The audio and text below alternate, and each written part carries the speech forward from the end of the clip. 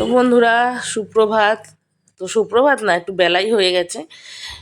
সকালের সব কাজকর্ম সেরে মেয়েকে পড়তে বসিয়েছিলাম, তারপরে এলাম এই যে রান্না করতে। আর খাবে হচ্ছে দুধ ভাত। আজকে আলু ভাতের মধ্যে দেওয়া হয়নি, তাই প্রেসারে দিলাম, আলাদা করে দুধ সেদ্ধ দিলাম, দুধ জাল দিতে দিলাম। আর এখানে সবজি কাটছি, আমি আজকে করব সজনে ডাঁটা আলু পোস্ত। তো আলুটাকে ভেজে নিলাম কালো জিরে ফোড়ন দিয়ে, একটু পেঁয়াজ দিলাম, তারপর দিয়ে দিলাম ডাঁটা। এবার ডাঁটাটাকে খুব বেশি ভাজবো না, হালকা নাড়াচাড়া করেই জলটা দিয়ে দেবো। আর ফুটলে পরে একটুখানি পোস্ত বাটা দেবো, একটু হালকা গুঁড়ো লঙ্কা দেবো, হলুদ দেবো না তো, যাতে একটু কালার হয়। আর এই করতে করতে আমার বর চলে আসলো বাজার নিয়ে, এই যে খাসির মাংস নিয়ে এসছে অল্প করে, আর নিয়ে এসছে একটুখানি চর্বি।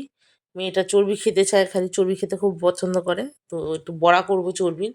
আর এখানে দেখো পোস্তটা বেটে নিলাম, পোস্তটা দিয়ে দেবো সজনে ডাঁটার মধ্যে, এই যে।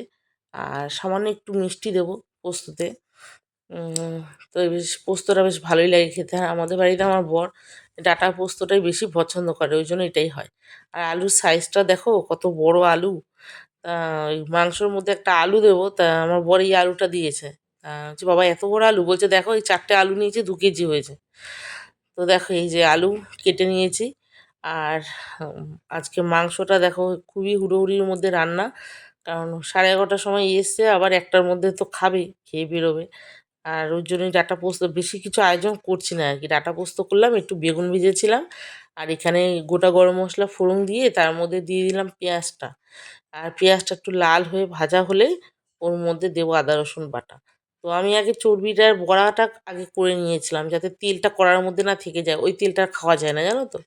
তো আগে বড়াটা ভেজে নিলাম, আলুটা ভেজে নেওয়ার পরে তারপরে ওই তেলের মধ্যেই আমি রান্নাটা করছি।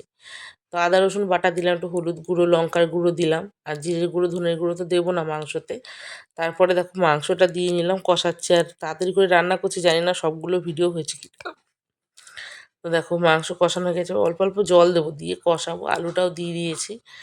আর তারপরে দেখো তেল ছেড়ে গেছে। আর এবার দিয়ে দেবো হচ্ছে প্রেসারে।